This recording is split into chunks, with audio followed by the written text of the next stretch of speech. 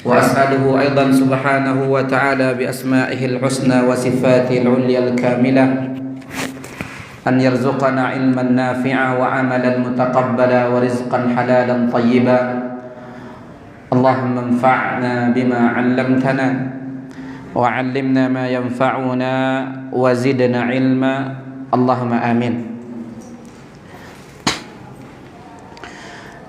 معاشر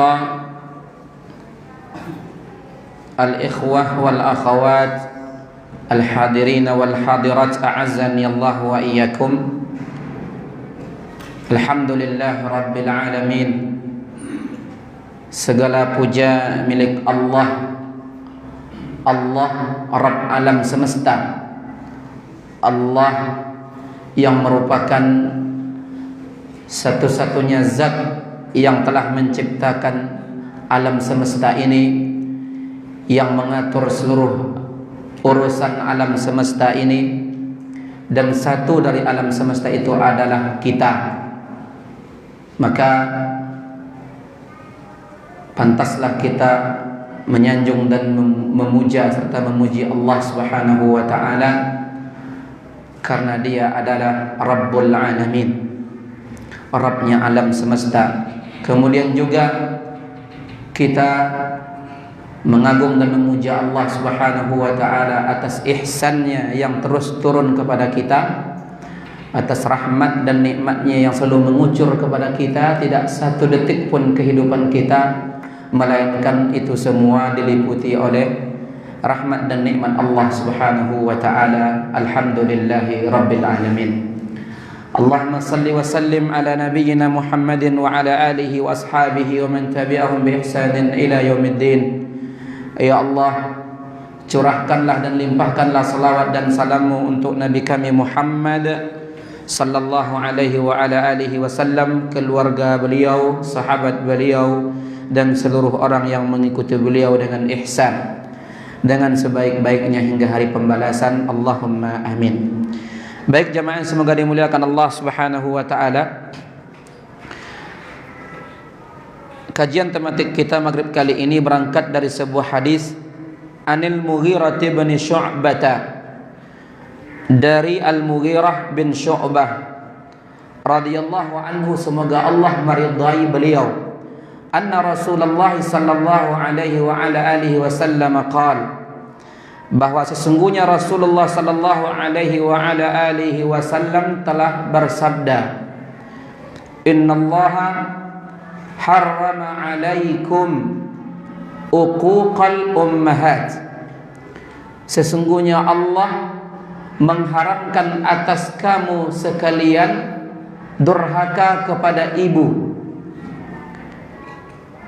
wa wa'dal banat, dan membunuh anak perempuan hidup-hidup, wa man'an wahad, dan pelit tetapi suka meminta, wa kariha lakum qila wa qal, dan Allah benci kepada kalian selalu mengatakan katanya, wa kasratas su'al, dan banyak bertanya atau meminta-minta, wa idha'atal mal, dan menyia-nyiakan harta. Muttafaqun alaih. Hadis ini disepakati kesahihannya oleh siapa? Imam Bukhari dan Imam Muslim. Maka hadis ini sahih.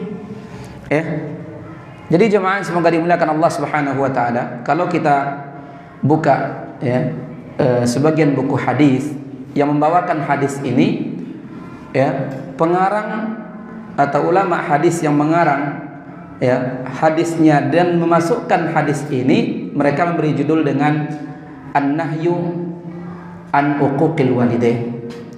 Ini salah satu hadis yang melarang kita untuk durhaka kepada dua orang tua. Walaupun tadi ada 6 poin, tetapi kalimat pertamanya apa? Sesungguhnya Allah mengharamkan atas kalian durhaka kepada ibu. Ya. Nah, kemudian ada yang kedua, ada yang ketiga, ada yang keempat, ada yang kelima, ada yang keenam. Ini ada 3 kalimatnya. Allah mengharamkan atas kalian durhaka kepada ibu, kemudian membunuh anak perempuan hidup-hidup, kemudian ya tidak suka memberi tetapi suka meminta. Bilang haj, sini. Hatu artinya beri aku. Ya, bawa ke sini. Ya, kalimat Rasul di sini ada 3 Allah haramkan atas kalian. Kemudian ada kalimat Rasul berikutnya Allah benci. Nah, ada haram, ada benci. Apa yang Allah benci? 3 pula. Ya. Pertama, kita suka menukilkan kata-kata, katanya. Masalah ini katanya begini. Ya, masalah ini katanya begini. Kemudian yang kedua apa? Banyak bertanya atau banyak meminta. Atau sering bertanya atau sering meminta.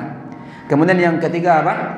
Menyia-nyiakan harta. Kalimat Nabi ini kata ulama, ya, 3 dengan kalimat Allah haramkan, 3 dengan kalimat Allah benci. Kita bahas dulu masalah benci ini. Apakah ke-6 ini haram atau 3-nya haram, 3-nya cuma makruh? Menurut kacamata fikih makruh apa? Dikerjakan tidak apa-apa, bila ditinggalkan berpahala. Ditinggalkan berpahala, dikerjakan tidak apa-apa atau tidak berdosa. Apakah hanya sekedar makruh dengan definisi fikih 3 yang kedua? Kata ulama tidak. 3 yang kedua tetaplah haram. Kalimat Nabi di sini hanyalah tanwi', yaitu hanya keragaman. Maksudnya juga haram. Jadi yang pertama haram, yang kedua haram, yang ketiga haram, yang keempat haram, yang kelima haram, yang keenam haram. Bahkan dosa-dosa besar malah. Bahkan dosa-dosa besar. Dari mana kita tahu, Ustaz? Nabi bilang Allah membenci kepada kalian atau bagi kalian katanya.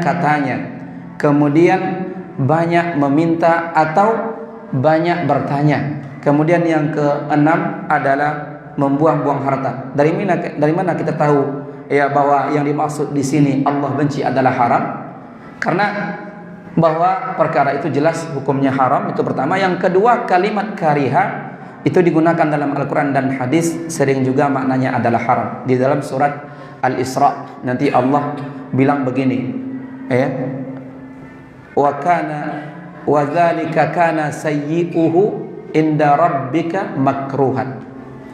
Ada kalimat ayat 30-an, lupa saya persisnya.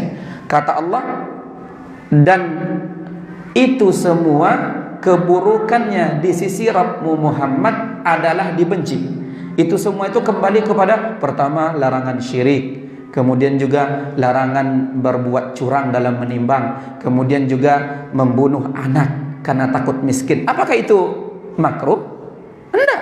Itu haram, syirik haram. Bahkan di nomor 1 keharamannya, kalimat Allah di ujungnya sekian banyak, ada belasan itu, maka di ujungnya apa?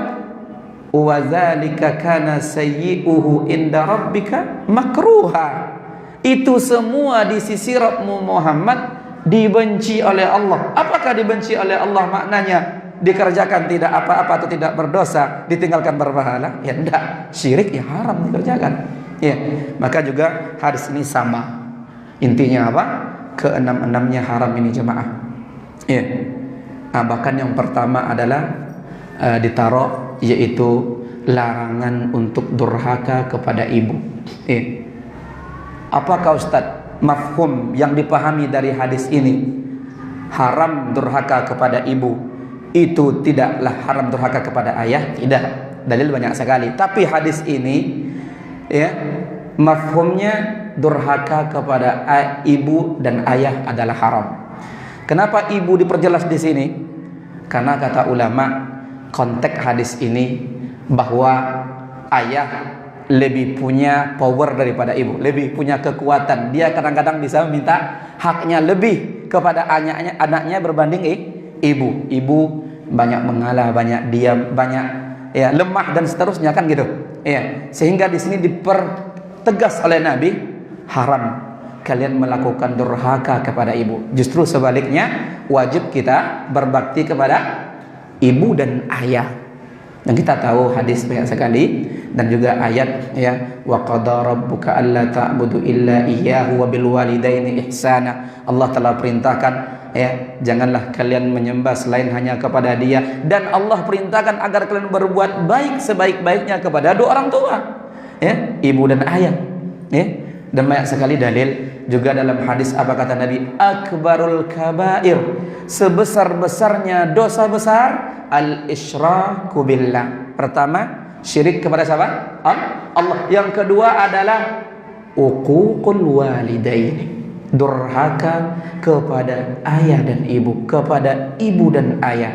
Jadi bukan berarti kalimat Nabi di sini ya, Allah mengharamkan atas kalian durhaka kepada ibu, bukan berarti tidak masuk ayah ya, dengan dalil yang lain juga. Kemudian dalam kalimat ini bukan hanya membatasi ibu, tapi tadi alasannya diantaranya kata ulama, karena biasanya ibu inilah yang lebih dianggap ya enteng oleh anak-anaknya yang sudah besar, yang sudah berhasil, yang sudah kuat. Sebagian mereka kan begitu ya. Maka Nabi pertegas di sini, haram atas kalian durhaka kepada ibu-ibu kalian. Ummahat jamak dari ummun, karena kalian maka ibu-ibu kalian ya. Justru sebaliknya, wajib kita berbakti. Apa berbakti itu jemaah? Berbakti kata ulama bahasa Arabnya birrul walidain, sering kita dengarkan kan gitu ya, berbuat baik. Birru itu apa maksudnya? Ihsan ya, yaitu kita selalu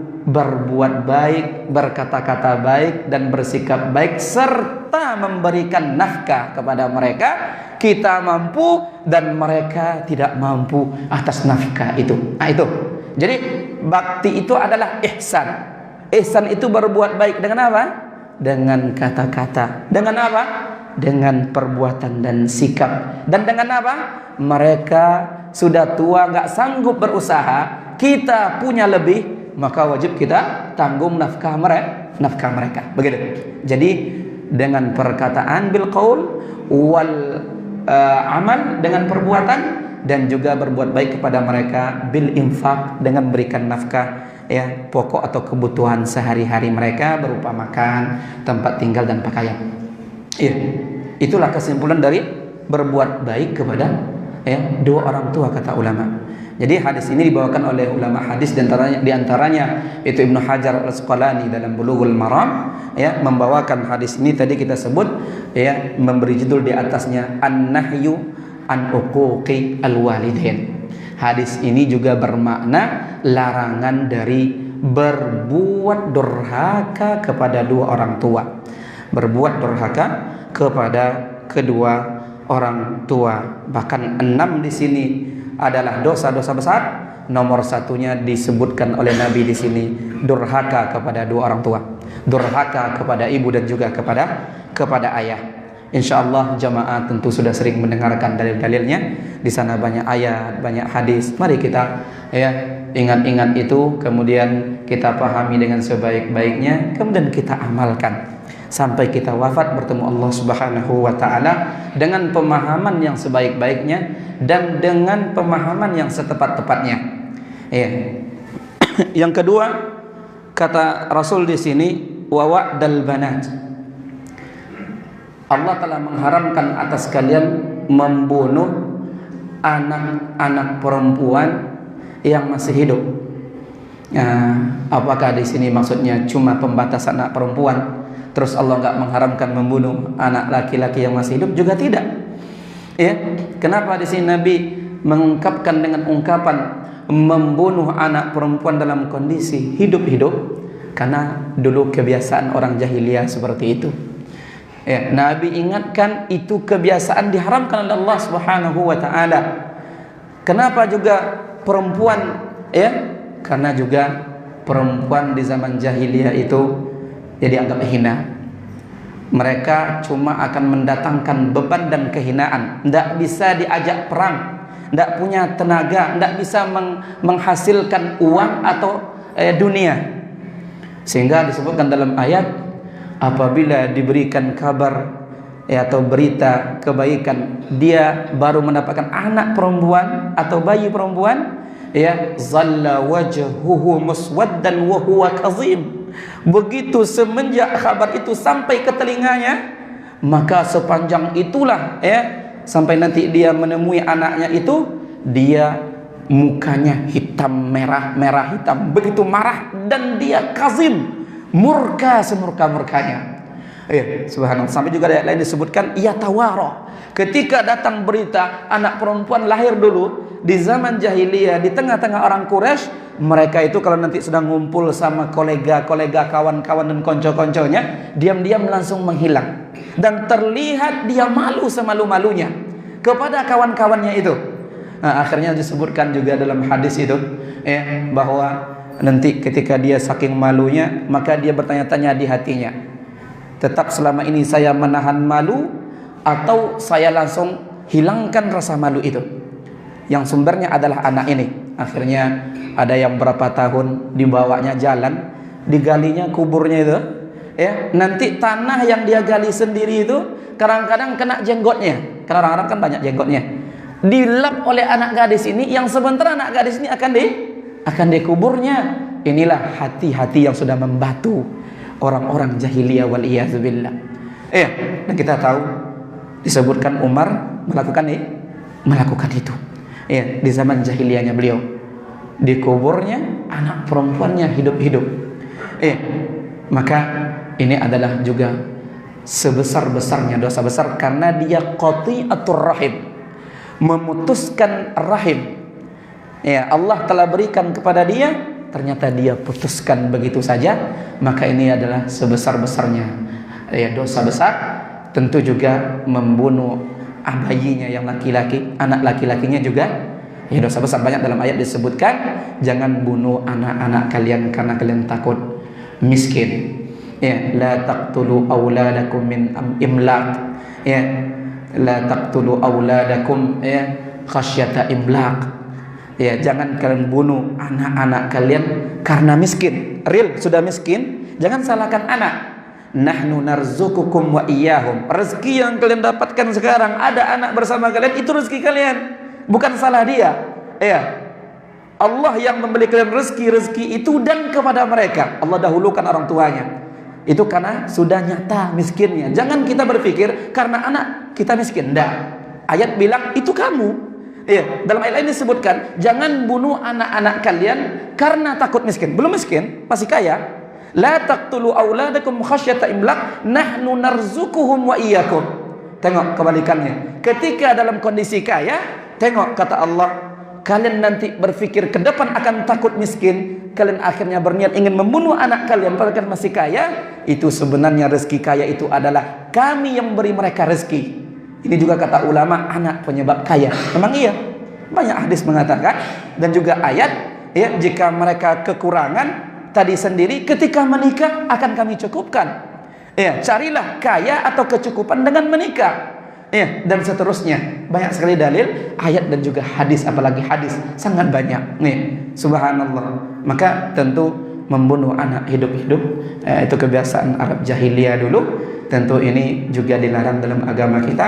Dan juga cabang-cabangnya, ulama mengatakan seperti KB langsung memutuskan, ini nggak boleh, takut masuk kepada al-wa'dul khafi, membunuh cabang bayi secara khafi, secara halus, kan gitu. Tapi kalau seandainya menjarakkan boleh. Tetapi kalau KB dengan menghambat langsung cukup dua, ini nggak boleh. Pendapat yang kuat nggak boleh. Khawatir masuk kepada yaitu al-wa'du al-khafi, membunuh yang mau hidup, kan begitu. Wallahu a'lam. Ini yang kedua, Allah haramkan atas kalian membunuh anak-anak perempuan dalam keadaan hidup-hidup. Tentu juga membunuh anak yang laki-laki juga, ini adalah sebesar-besarnya dosa besar jemaah. Yang ketiga, wa man'an wahad. Allah haramkan atas kalian orang yang akhlaknya itu jelek. Dia sangat man'an. Man'an itu dari mana ayam na'u, man'an itu selalu menghalangi hartanya untuk sedekah, untuk zakat, untuk infak.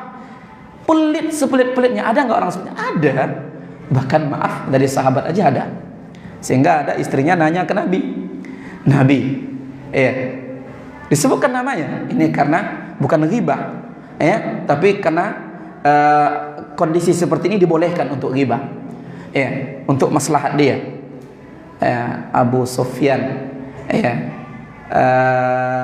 itu tidak memberikan kami nafkah secukupnya. Boleh nggak saya ambil untuk anak-anak saya secara baik secukup yang kami butuhkan? Kata Nabi, ambillah secukup untukmu dan anak-anakmu bil ma'ruf, dengan cara baik. Subhanallah. Apalagi bukan sahabat. Sahabat saja ternyata ada gitu, sangat-sangat man'an. Susah kali. Susah gitu ya. Yang anehnya kadang-kadang dia boros di tempat yang tidak tepat, mungkin sama kawannya di luar atau untuk dirinya saja, kan begitu. Ternyata untuk yang lain itu adalah kewajiban dia, nafkah umpamanya, padahal kalau dia sadar itu adalah ibadah. Nabi mengatakan 1 dirham yang kamu keluarkan untuk jihad fisabilillah, 1 dirham yang kamu keluarkan, 1 dinar yang kamu keluarkan untuk jihad fisabilillah, 1 dinar yang kamu keluarkan untuk sedekah kepada miskin, 1 dinar untuk memerdekakan budak, 1 dinar yang kamu belanjakan untuk nafkah keluargamu, yang paling besar adalah yaitu yang kamu belanjakan untuk keluargamu. Subhanallah. Ini harus dipahami oleh kepala rumah tangga ini. Jangan sampai lewat niat-niat baik ini, takutnya nggak berpahala selama ini dia membelikan beras, makanan pokok, membelikan sembako dan seterusnya, bayar listrik, tempat tinggal dan seterusnya, pakaian juga. Itu semua ibadah, itu semua ibadah. Ketika dia pelit man'an, ini dosa besar. Itu sebaliknya, dia suka menimbun hartanya, justru dia kadang-kadang suka bagaimana cara mendapatkan uang dari orang. Seperti itu. Jadi kalau umpamanya ada mungkin untuk mengumpulkan tabarruat, sumbangan, kalau saya lagi tidak bisa gini, banyak alasannya. Tapi ketika ke orang, antum harus, antum sekian, ada nggak orang seperti itu? Ada, waliyazubillah. Kita harus perhatikan hal ini. Jangan sampai disifati oleh Nabi man'an wahad, sangat-sangat menghambat hartanya, bahkan untuk di jalan yang wajib atasnya, tapi dia tidak mau. Tapi ternyata dia suka mengatakan had, ayo keluarkan uang kalian, keluarkan mana infak kalian, keluarkan mana sedekah kalian, mana pemberian kalian, mana sumbangan kalian. Ini nggak boleh. Subhanallah. Ini sifatnya nggak baik. Ini sifatnya nggak baik, sehingga Nabi urutkan di nomor 3 ternyata. Dan jelas kata Nabi haram. Haram seperti itu. Karena ujian juga harta kita itu setelah zakat nanti ada infak dan seterusnya. Kita harus perhatikan itu, bahwa harta itu juga amanah dari Allah Subhanahu wa taala. Satu sisi memang nanti ada, jangan sampai kita menyia-nyiakannya, tapi dari sisi juga jangan pula kita sampai tidak membelanjakannya di jalan yang Allah wajibkan untuk kita belanjakan harta kita di jalan itu. Yang keempat, kata Nabi sallallahu alaihi wasallam, Allah benci terhadap kalian qila wa qal. Qila wa qal ini katanya dari qala yaqulu, kan gitu. Maksudnya kata ulama, bisa dia itu punya sifat buruk, ada aja orang bicara dia nimbrung terus. Dan dia paling banyak ngomong. Sehingga ada ungkapan orang Arab, man kasura kalamuhu kasura khata'uhu.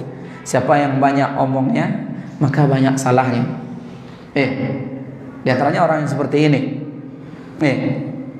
Kemudian juga maknanya adalah dia menukilkan informasi, tidak bisa dipertanggungjawabkan kebenarannya, dan dia belum memastikan, dan dia pun tidak dia sadar bahwa ini apakah benar atau tidak, tapi dia tetap dinukilkan. Katanya begini, masalah ini katanya begini, terutama masalah agama, apalagi masalah akidah. Hati-hati. Sekarang orang kan ngomong semua kan. Kalau menurut hemat saya harusnya begini. Tentang Allah ini begini. Itulah jadi banyak bid'ah-bid'ah itu diantaranya apa? Orang yang nggak ahli ngomong dia di bidang yang bukan ahlinya, terutama dalam masalah agama, apalagi masalah akidah. Apa kata Ar-Razi, salah seorang pembesar Asy'ari, seorang ahli akalnya kuat. Dia bilang nihayatu iqdamil uquli iqalu wa aksaru sa'yil alamina dalalu, bahwa mendahulukan akal itu ujung-ujungnya adalah terpenjara. Akal ini akan bisa menjatuhkan kita kepada musibah. Dan usaha kebanyakan orang-orang yang selalu sok-sok tampil cerdas dengan akalnya. Biasanya kan akal itu nanti kan dikeluarkan dengan kata-kata kan gitu. Orang yang seperti itu usahanya kebanyakannya, kata Ar-Razi, adalah kesesatan.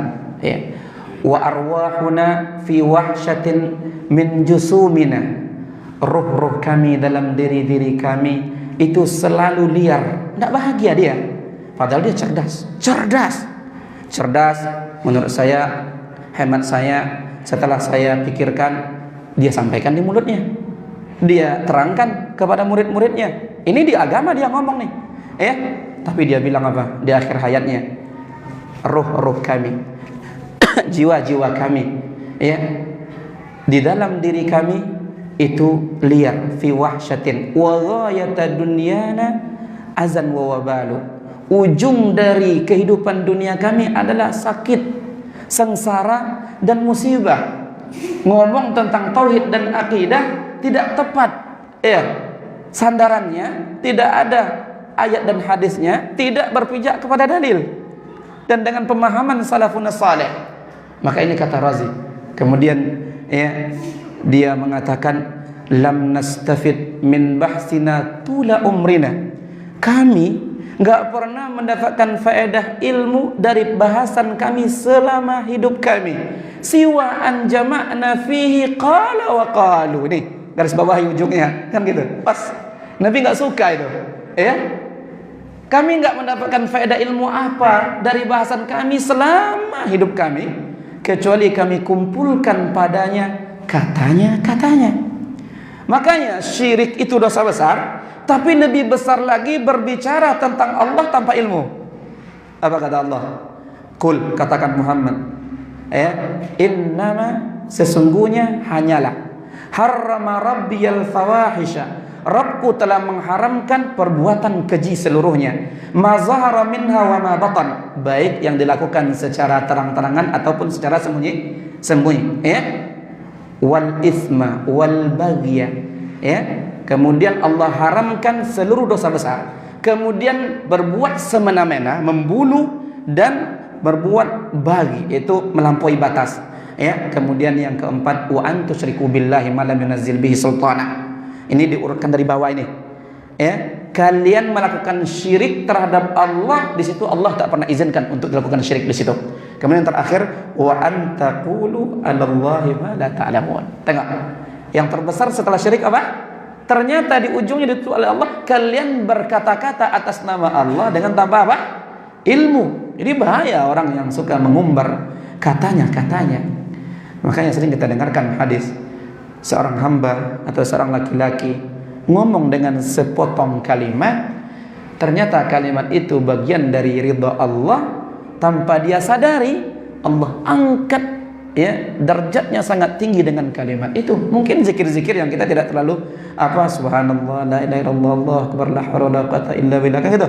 Innar rajula la yatakallamu bil kalima min ridwanillah yarfa'ullahu lahu biha darajat. Wa innar rajula la yatakallamu bil kalima min sakhatillah la yulqi biha bala. Ada pula orang ngomong dengan sepotong kalimat, dia enggak peduli dengan kalimat itu, ternyata yahwi biha fi nari jahannam. Dia tenggelam dengan kalimat itu di lubuk mana? Neraka jahannam, waliyazubillah. Jadi hati-hati al-qil wal qaul. Enggak mungkin al-qil wal qaul ini tidak haram.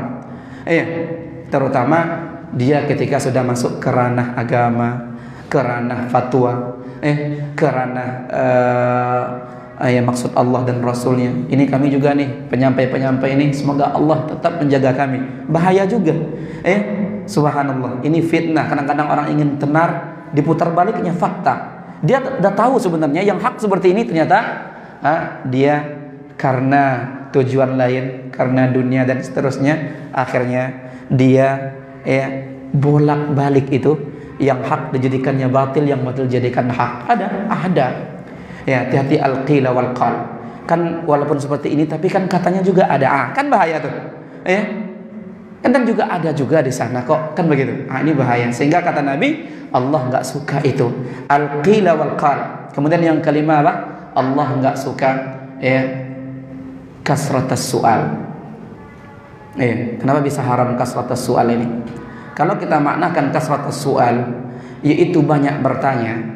Allah pernah berfirman, wahai orang-orang yang beriman, ya ayyuhalladzina amanu la tas'alu, jangan nanya-nanya an asya tentang sesuatu in tubdalakum tasukum. Jika disampaikan kepada kalian jawabannya, itu akan memberatkan kalian. Contoh, dulu Nabi kan sholat tarawih pernah keluar, awalnya nggak keluar, terus pernah keluar di tengah-tengah malam Ramadan itu 2 malam atau 3 malam. Malam pertama Nabi nggak ngasih tahu siapa-siapa, nampak oleh orang Nabi keluar, itu senang menjadi makmum Nabi. Maka malam itu ada berapa sof.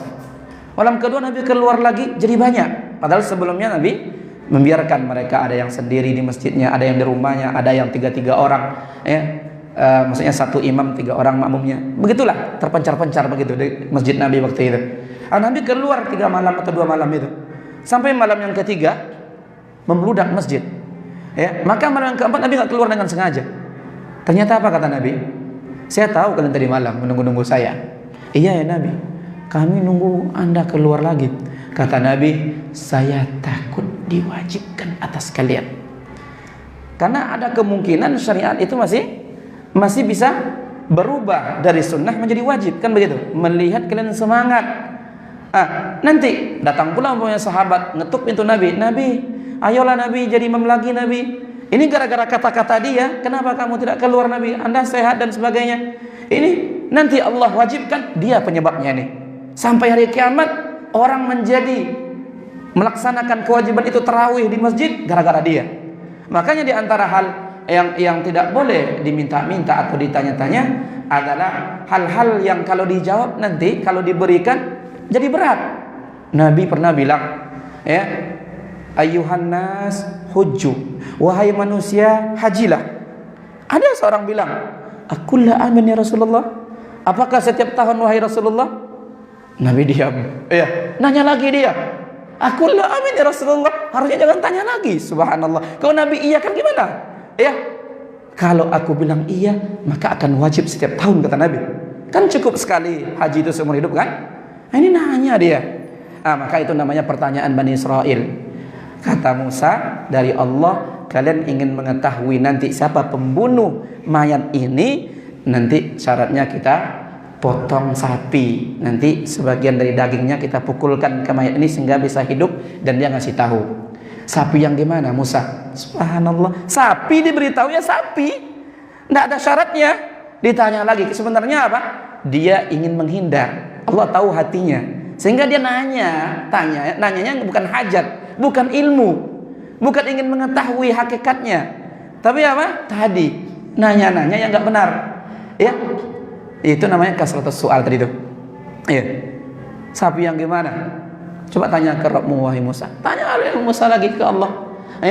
Sapi yang tidak tua, tidak muda, kan berat tuh. Nanya lagi, nggak jelas.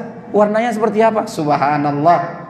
Yang kuningnya kuning pekat, nggak ada bercampur warna lain, kan berat itu. Subhanallah. Yang mana lagi? Insya Allah kan kami kerjakan setelah ini. Subhanallah.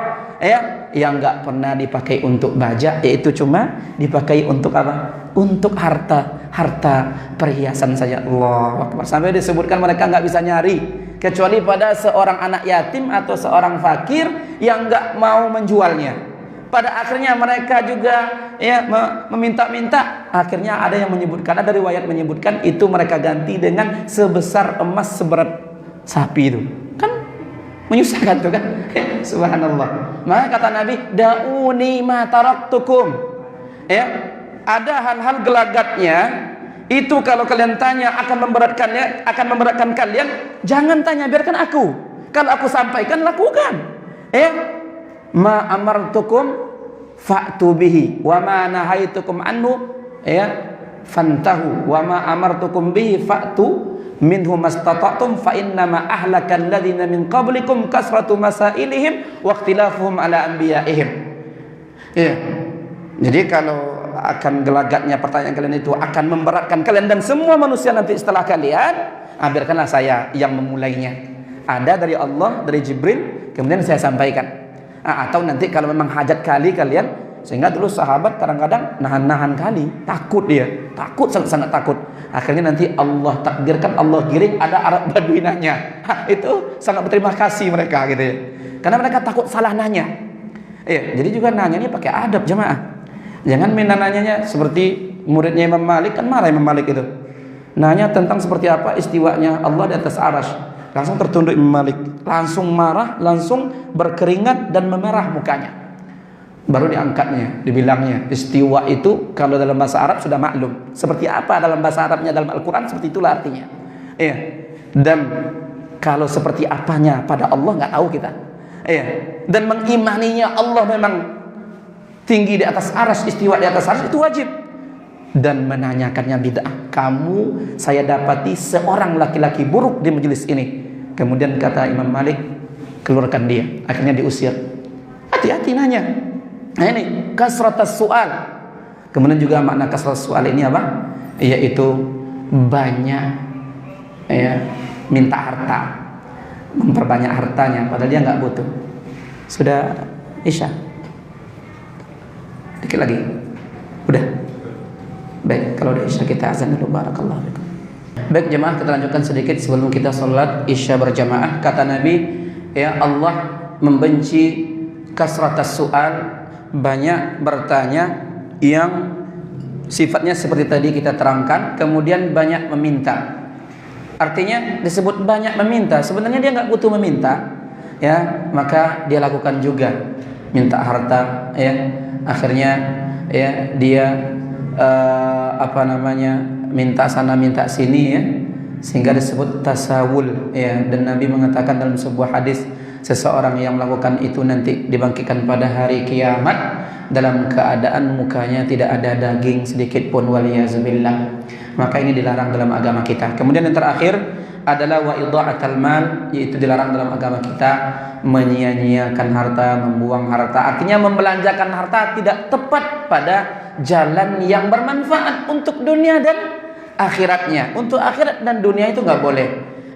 Jadi kita harus berusaha harta kita dipakai dalam belanja atau jalan yang bermanfaat untuk kita, untuk agama kita dan untuk dunia kita, dan itu kebutuhan kita. Lebih dari itu bisa jatuh kepada idha'atul mal, yaitu membuang-buang harta, menyia-nyiakan harta seperti mubazir, berlebih-lebihan dan seterusnya. Dia sudah punya mobil, harusnya itu sudah menutupi kebutuhannya dengan keluarganya, ternyata beli satu lagi atau beli dua lagi, subhanallah, hanya untuk dipajang-pajang. Hati-hati, khawatir kita masuk ke dalam hadis ini, yaitu dilarang oleh Nabi. Allah nggak suka, berarti kata ulama tadi diharamkan seperti itu. Dan 6 dari yang diharamkan ini ternyata nomor 1 adalah durhaka kepada dua orang tua, karena memang orang tua adalah manusia yang paling berjasa kepada kita setelah Rasulullah, sehingga layaklah kita atau berhaklah kita, pantaslah kita untuk membalas kebaikan dua orang tua kita. Maka anak ingin menyampaikan sebuah hadis lain, ya. Wa an Abdullah bin Amr bin As radhiyallahu taala anhuma, dari Abdullah bin Amr bin As radhiyallahu taala anhuma, anin Nabi sallallahu alaihi wasallam, dari Nabi sallallahu alaihi wasallam, qala, beliau bersabda, ridallahi fi ridal walidaini. Ya, ridha Allah untuk anak itu ada pada ridha dua orang dua orang tua. Wa sakhatullah fi sakhati al-walidain. Ya, dan murka Allah, tidak ridhonya Allah kepada si anak itu ada pada apa? Murkanya Allah pada anak. Sehingga kata ulama arti fi di sini ridallah fi ridal walidain itu bermakna sebab. Artinya karena sebab orang tua kita ridho ke kita, Allah bisa ridho ke kita. Karena sebab orang tua kita, ayah dan ibu kita murka dan marah kepada kita, maka Allah bisa marah kepada kita. Itu inti dan arti ringkasnya dari hadis ini. Maka hati-hati kita membuat orang tua kita tidak ridho atau membuat orang tua kita menjadi marah dan murka. Jangan sampai kita disuruhnya untuk perkara yang kita mampu, ternyata kita tidak lakukan. Untuk perkara yang bermanfaat untuk dia dan kita mampu, kita tidak lakukan. Itu bisa kita jatuh ke durhaka. Rabbirhamhuma kama rabbayani shaghira. Ya Allah, rahmatilah kedua orang tua itu, kedua orang tuaku itu, ayah dan ibuku itu. Kata ulama, kama rabbayani shaghira. Ka di sini adalah kata ulama bermakna ta'lil juga. Sebab karena sebab mereka telah mendidikku waktu kecil. Karena kalau kita artikan kama itu sebagaimana mereka berdua mendidik kita waktu kecil. Kadang-kadang kita berpikir, saya rasanya tidak terlalu diistimewakan oleh ayah dan ibu. Nggak boleh. Kalimat kama di sini sebagian ulama mengartikan apa? Yaitu karena sebab. Karena sebab kita sudah ada, karena sebab mereka aja sudah besar jasa mereka. Sehingga kata Nabi, kamu kalau membalas jasa ayah, karena kita sedang berbicara tentang birrul walidain ya, dan hadis yang kedua ini itu kata ulama dibuat di atas hadis ini judulnya bakti kepada dua orang tua dan batasannya. Kalau tadi larangan durhaka kepada dua orang tua. Jadi kita dilarang durhaka dan wujudkan bakti. Wujudkan sikap baik, perkataan baik dan nafkah semampu kita. Di antaranya hadis ini. Tapi apakah kata ulama? Nah, ini juga penting. Ini juga penting. Apa? Kata Nabi, sebab karena sebab orang tua kamu ridho kepada kamu, Allah jadi ridho kepada kamu. Karena sebab Allah murka kepada orang tua kamu, murka dan marah kepada kamu, maka Allah murka dan marah kepadamu. Apakah mutlak? Pada setiap tuntutan dan keinginannya si anak harus tegakkan dan taati? Tidak.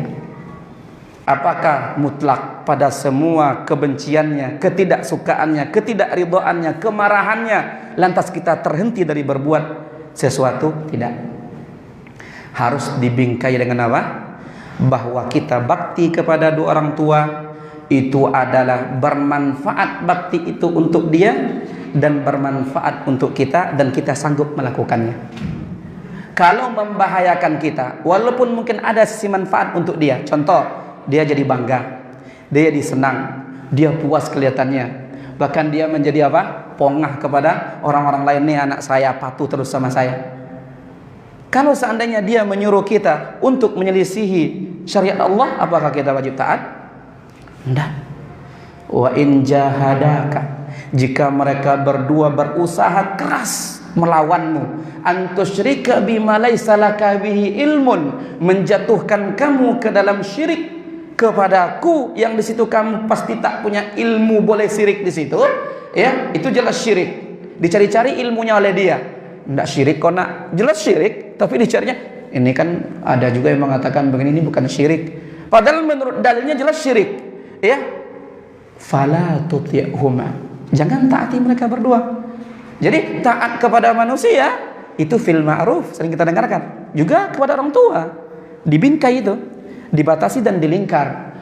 Kalau sudah bentrok dengan perintah Allah dan Rasul, maka maaf ayah dan ibu. Tapi bukan berarti kita semena-mena ke dia, marah-marah ke dia. Wasahibhuma fid dunya ma'rufa. Nah, ini zahir ayat tadi nih, mereka berdua berusaha keras untuk memusyrikkan kita, dia musyrik. Dia pun musyrik, kita muslim. Ternyata wasahibhuma fid dunya ma'rufa. Hendaklah pergaulilah olehmu mereka berdua di dunia dengan baik. Tetap hal-hal yang juga ya diizinkan oleh agama untuk kita tetap bakti-bakti, kata-kata, memberi, ya, kebutuhannya kita penuhi, tetap. Jadi banyak sekarang kerancuan, kadang-kadang ya karena kita semboyan bakti, kadang-kadang ada hal-hal yang kadang-kadang anak ini tersiksa, anak ini terzalimi. Umpamanya ada anak bujang begini, kamu kalau nggak mau menikah dengan sepupumu itu, kayak gitu. Ini biasanya nikah bako kan gitu. Dulu, apalagi dulu tuh banyak dijodoh-jodohkan. Nggak mau kamu nikah dengan anak pamanmu itu, dengan sepupumu itu, jangan anggap ayah dan jangan anggap ibumu ini ibu. Boleh? Nggak boleh. Bukan masalah ibadah kali ya. Ini masalah muamalah sebenarnya, tapi diatur juga dalam agama masalah nikah ini. Bahwa nikah itu harus ridho calon suami dengan calon istrinya, calon istri ke calon suaminya. Bahkan persentase kekuatan ridhonya mereka antara berdua berbanding orang selain mereka, termasuk ayah dan ibu, itu lebih besar mereka menentukan. Nabi yang bilang, kata Nabi apa? Tusta'zanu al-bikru wa tusta'maru as-sayyibu. Bahwa anak gadis itu kalau mau dinikahkan oleh walinya, ayah kandungnya sekalipun, itu dia ditanya dulu, udah diizinkan oleh dia atau enggak dia dinikahkan. Berarti apa? Akhir-akhirnya di dia. Iya. Wa iznuha simatuha. Ketika ditanya, "Nah, si fulan datang, dia ingin melamarmu." Diam dia, kata Nabi, maka itu izinnya dia. Iya. Apalagi kalau dia ngomong, "Conde itu ya, yang seperti itulah ya yang saya idam-idamkan selama ini." Tapi kalau mazhab Ibnu Hazm nih, Az-Zahiri, yang ngomong ini nggak boleh dinikahkan karena menyelisihi hadis. Hadis kan mengatakan apa? Diamnya wanita gadis itu adalah izin untuk dinikahkan. Kalau ngomong dia berarti menyelisih hadis, kata dia. Ini nggak benar ini. Ini terlalu zahir kali. Kalaulah diam sudah izin, apalagi kalau ngomong lebih izin lagi. Tapi yang kita garis bawahi izinnya ini. Maka tidak boleh dipaksa oleh seorang wali, sekalipun ayah kandungnya, anak gadisnya untuk menikah dengan sepupu laki-lakinya, atau kebalikannya tadi, apalagi laki-laki menikahi sepupu perempuannya. Banyak tak terjadi dulu? Banyak. Dengan prinsip atau berangkat dari semboyan atau dasar kita harus bakti kepada ayah dan ibu, akhirnya ternyata terjadilah pemaksaan itu. Ternyata kata ulama ketika dicek nikah juga akhirnya nanti dipaksa anak laki-lakinya ini dengan sepupunya, nikah sebulan atau 3 bulan, setahun cerai. Bahwa ternyata dengan setahun itu lebih sakit, kata ulama, nanti pamannya ke dia akan lebih lama musuhannya berbanding dari awal. Jelas-jelas memang mereka tidak bisa ketemu. Jangankan kita, Usamah bin Zaid saja anak kesayangan Nabi dari anak kesayangan anak angkat Nabi. Zaid adalah anak angkat kesayangan Nabi, Usama adalah anak dari anak angkat kesayangan Nabi. Keduanya hibbi Rasulillah. Dipilihkan seorang wanita cantik dan soleha, orang baik-baik keturunan Quraisy. Tapi namanya hati nggak bisa dipaksakan. Akhirnya nikah juga. Ternyata Allah berkeinginan lain, bahwa di tengah-tengah dulu orang jahiliyah itu tabu seorang ayah angkat menikahi bekas istri dari anak angkatnya. Allah ingin menghapus itu. Akhirnya menjadi siapa? Menjadi istri Nabi sallallahu alaihi wasallam. Subhanallah. Zainab binti Jahsh. Subhanallah. Gimana sekarang kita jauh dari masa kenabian, hati-hati kita tentu tidak bisa dipaksakan. Ini masalah hati, maka termasuk di antara kezaliman, kata ulama, adalah pemaksaan orang tua dengan tadi prinsip bahwa saya adalah orang tuamu, kalau kamu tidak patuh, kamu durhaka, kamu tidak taat, ini bahaya. Apalagi janda, kata Nabi, wa tusta'marus sayyibu. Wanita janda, maka dia lebih memiliki keleluasaan terhadap dirinya untuk memerintah. Jangan nikahkan saya. Tentu lebih punya pengalaman dibandingkan anak gadis tadi kan? Subhanallah, bagaimana banyak kezaliman di Arab pun, karena dunia kadang-kadang semacam dijual oleh ayah dan ibunya. Anak gadisnya ini, nikah kamu sama laki-laki itu, nikah kamu sama anak pamanmu ini, itu sama sepupumu. Ini diantara kezaliman yang kadang-kadang dikambing hitamkan bakti kepada dua orang tua. Maka saya singgung. Itu tidak benar. Pemaksaan kata ulama. Bukalah fatwa-fatwa ulama abad ini diantara fatwa Syekh Ibnu Utsaimin rahimahullah. Kadang-kadang ada pula orang tua si ibu kadang-kadang sudah punya menantu perempuan, istri dari anaknya, seakan-akan dijadikan musuhan, dijadikan semacam madunya. Ketika terjadi cinta yang begitu bahagia antara anak dan kadang-kadang melewati batas si ibu sampai ada bilang ceraikan istrimu. Boleh nggak? Apa alasannya, Mak? Nggak boleh. Ini kan perintah orang tua, Ustaz. Itu perintah ibu dan ayah, malah sepakat mereka, ceraikan istrimu demi kami. Tanya, apa alasannya ya? Apa alasannya, Bu? Ini kan banyak nggak masalah sekarang nih? Banyak seperti itu kan? Kata ulama, kalau masalahnya syar'i dan jelas itu sudah menyelisih syar'i dari istri, baru mungkin dipertimbangkan. Pernah ditanya Ibnu Taimiyah rahimahullah, atau Imam Ahmad bin Hanbal rahimahullah, apa hukum orang tua menyuruh anak bujangnya menceraikan istrinya? Ini ayah kamu ini ibu kamu, ceraikan istrimu. Maka kata Imam Ahmad dan juga Ibnu Taimiyah itu rahimahullah, jangan ceraikan. Bukan durhaka itu. Subhanallah. Kenapa tidak durhaka jemaah? Karena tidak ada alasan. Boleh jadi tadi cemburuan yang tidak beralasan tadi. Padahal dia juga sudah berbakti, kebutuhan dipenuhi, tapi namanya hati kan gitu. Namanya mungkin penyakit, hanya penyakit. Mungkin kalau bahasa awaknya bingi, dengki, hasad dan selainnya kan gitu. Seakan-akan dikuasai nih anak bujang saya kan gitu. Ada nggak orang awam seperti itu? Ada. Makanya ibu-ibu hati-hati nih, harus punya ilmu juga meminta anak bujangnya untuk bakti kan gitu. Sampai ngomong begitu kan bahaya. Kata ulama kita ini jangan ceraikan. Kalau dia berdalil, bukankah Umar bin Khattab menyuruh Abdullah bin Umar bin Khattab untuk menceraikan istrinya? Abdullah, ceraikan istrimu. Memang itu sahih riwayatnya. Kata ulama kita ini, dia di posisi Umar atau dia adalah Umar? Umar husnuzannya menyuruh Abdullah menceraikan istrinya karena alasan syar'i, insyaallah. Maka tanya, apa alasan syar'inya? Apa kesalahan istri secara syar'i? Apa syariat yang telah diselisihinya? Dan apa kesalahan saya berupa syar'i terhadap ayah dan ibu? Kalau nggak bisa disampaikan, jangan nanti dengan semboyan, dengan alasan bakti sama ayah, bakti sama ibu, ceraikan istrimu. Banyak juga ditanya kami seperti itu. Bingung kita persengketaan antara menantu dan mertua. Begitu. Hati-hati ini bab pernikahan, walaupun dia bukan bab ibadah mahdhah, tapi diatur dalam agama kita. Dia sudah kena area agama. Sehingga kata ulama, dalam kasus seperti tadi itu tidak perlu kita taat. Karena kata ulama juga memisahkan antara suami dan istri, apalagi sudah punya anak, di antara perkara terlarang dalam agama kita. Sering kita dengarkan, sebenci-bencinya bagi Allah adalah tolak. Ini tolak dari suami nih. Apalagi menyuruh orang yang sebenarnya tidak mau pisah, disuruh pisah. Dipisahkanlah antara mereka. Maka walaupun sedikit menyimpang dari apa kita, tapi contoh ini karena tadi kaitannya dikaitkan dengan karena bakti, karena taat, karena itu orang tua kita.